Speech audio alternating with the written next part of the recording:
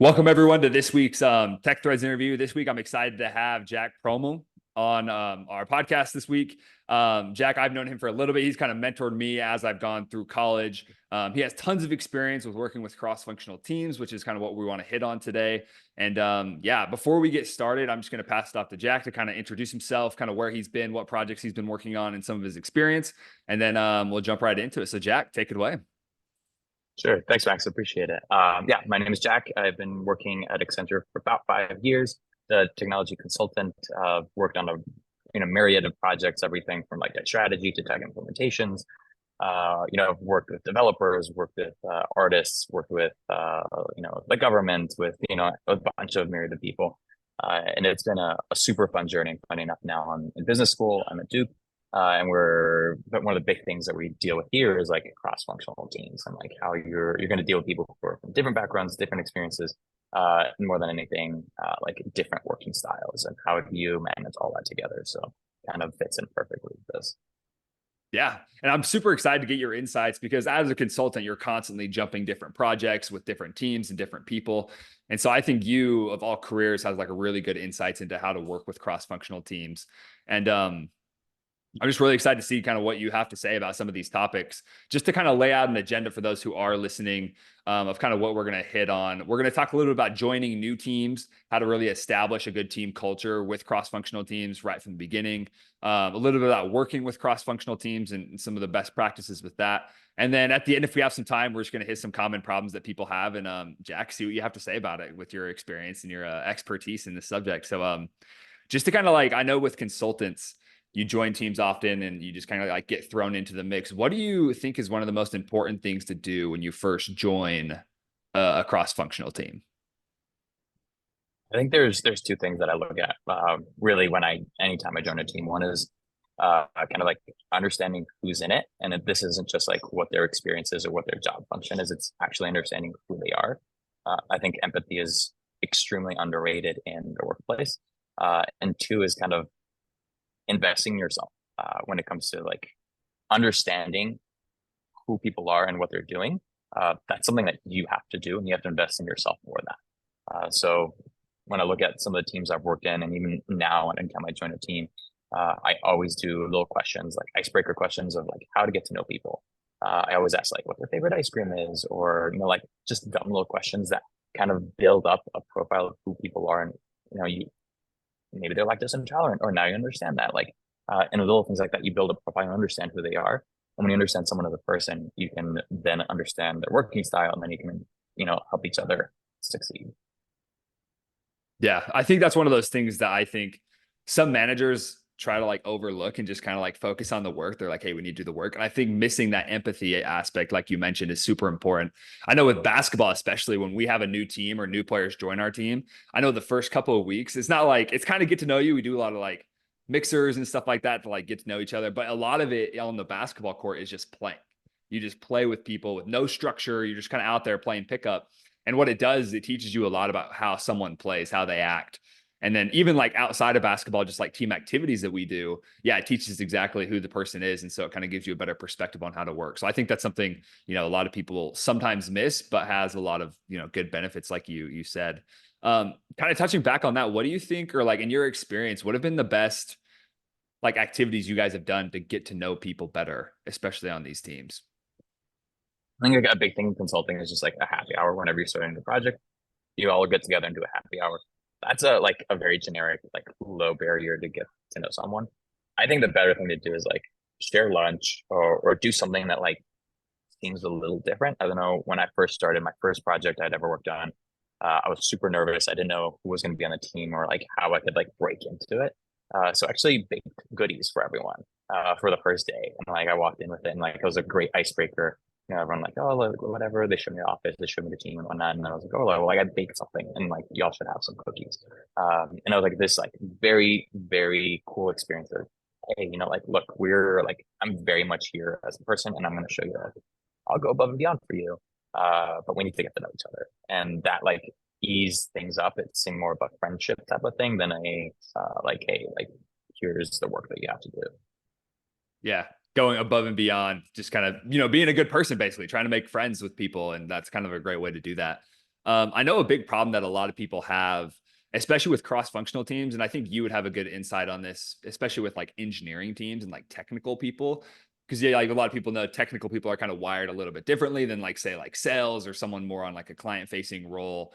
How do you navigate like the communication barriers is what people kind of say, like talking between different types of people when you're in projects? Do you have any tips for like people out there who might be working with engineers or analysts or other technical type people?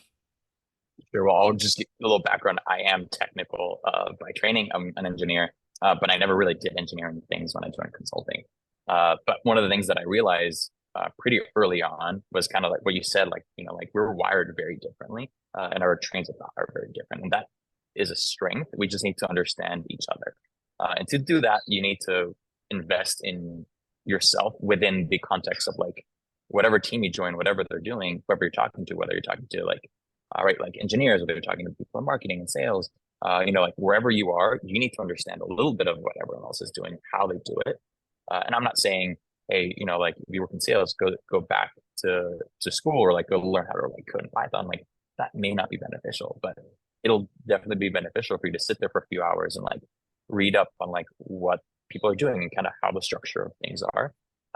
Because when you can talk to someone in their language, it like they really understand. I think one of the best quotes, and this is like a very like kind of big jump over here, but I love using this, is Nelson Mandela had a quote, very much not word for word here, but if you can speak to someone in a language they understand, like they'll get you. If you speak to them in the language that they speak, like in their native language, you'll get to their heart. Like I really integrated that into everything that I've done functionally with all my teams. So when my Mhm. developers were working on some stuff that like I had no clue what they were doing, I sat back, one night and I read everything about it. Do I know how to code that? No, but I could at least say, hey, like I read about this, this, and this. I think this kind of works, or maybe this doesn't work. And then I asked them for their opinions. I asked them to teach me. And that space of like, hey, I'm going to meet you at least halfway builds this connection, and then they're more willing to meet you in the middle as well. So I think that's like the biggest difference when it comes to, or like biggest change that you can make when you're talking to cross-functional teams and talking to technical people, is like you have to meet them in the middle, and then they'll come over to you. Mhm. I love the idea of you speak their language. And I think, especially for me, because I kind of come from a more technical background as well, with like starting out my college education in software engineering, working with those types of people. And then later I've kind of pivoted into more, design thinking, upper level of software engineering. And it's interesting to see how different the people are. And so I think the effort that you put into like trying to learn their language really goes a long way, especially for them, seeing that you're like putting that effort in, just builds better trust. And I think makes teams work overall, a little bit better. Um, Another thing that I've seen personally in like my internship experience working as an IT project manager, but also I know a lot of other people have a similar kind of problem. Oftentimes, like you're put on teams where the people on your team, like this isn't their only project. They have lots of other tasks that they're doing, other projects they're working with. How do you manage or kind of get them to focus on your project and put the quality time into the project you're in charge of versus like them balancing, their other projects? Do you have any ideas or any tips on like how to, make sure you have buy-in from the right people at the right times? Like that's the biggest challenge that anyone can deal with when it comes to like consulting or even like working on cross-functional teams in general. I think there's two things I look at. One is like value add, right? Like you need to find a way to add value to their life to be able to bring them in to whatever, to have focus.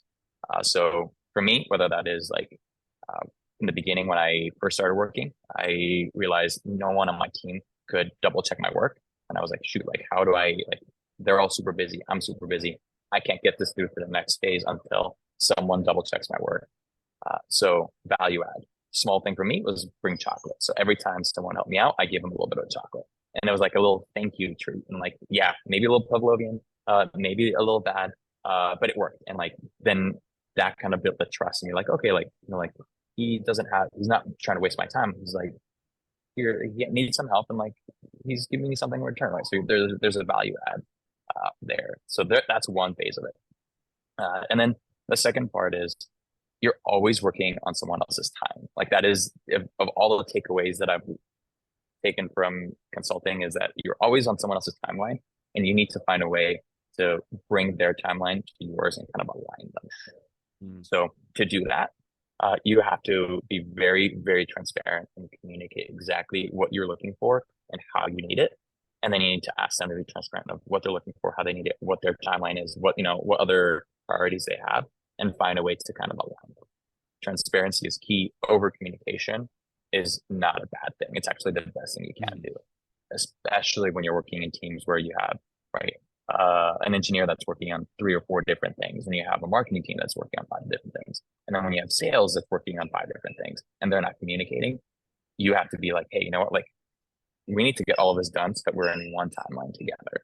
Um, and that's probably the hardest thing that you can do as a project manager, as a scrum master, as an engineer, as like anyone on any team that's managing more than yourself, is to deal with those timelines.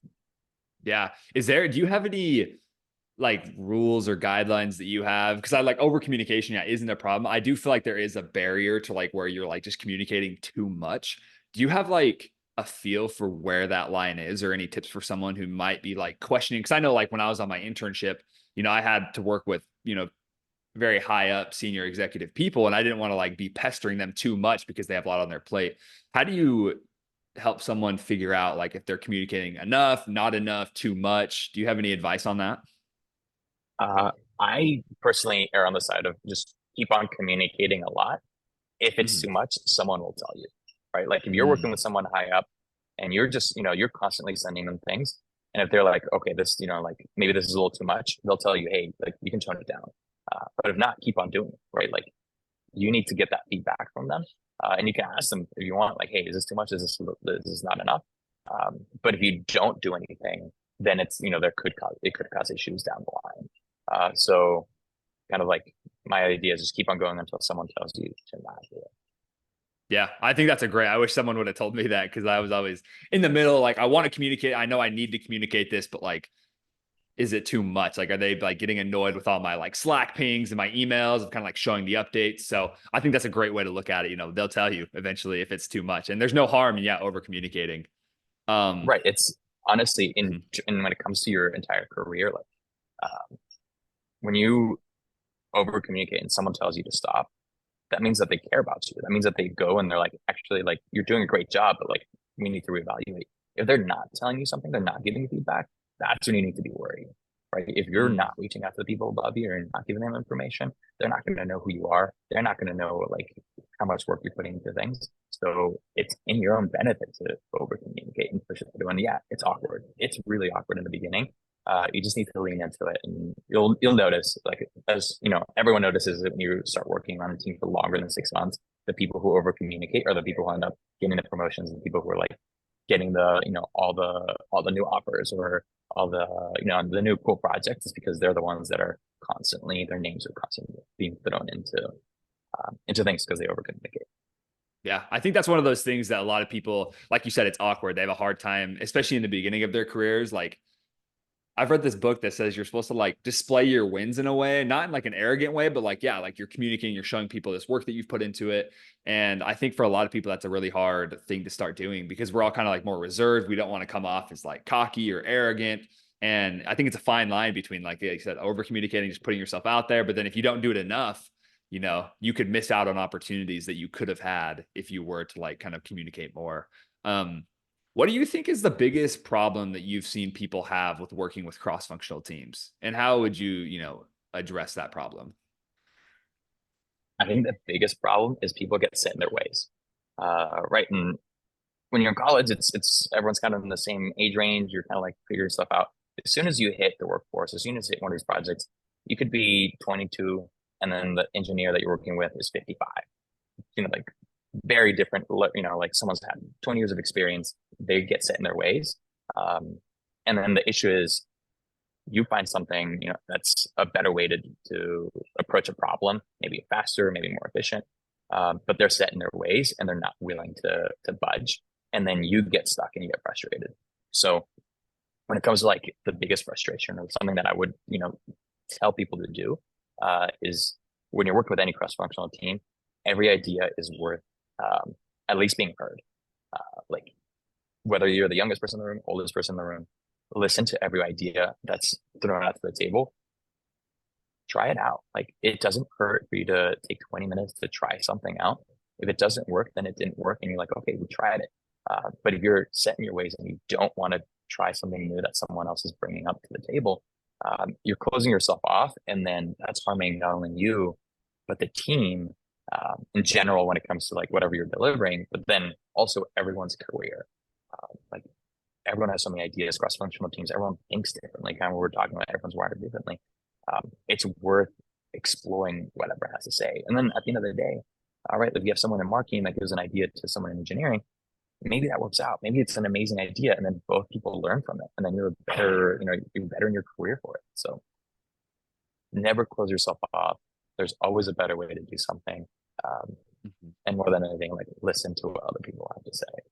Yeah, I think complacency is the biggest, killer to growth. I read this book because I've been studying a lot about like product design, user research. That's because that's kind of like what I'm studying in college right now. And one of the books, the biggest thing it said is like, hey, get engineers included in this user research process. Because you would think like normally Always. UX is like one thing, and engineers, like you just give them basically requirements and they build it. But they found that if you incorporate the engineers in the user research process, they have ideas of themselves that are like really good ideas that could turn into something great. Kind of like you said, every idea is worth hearing, and especially from different perspectives. Like that just adds to the whole Exactly. mixing pot of things. So I really like that perspective you have. Every idea should be heard.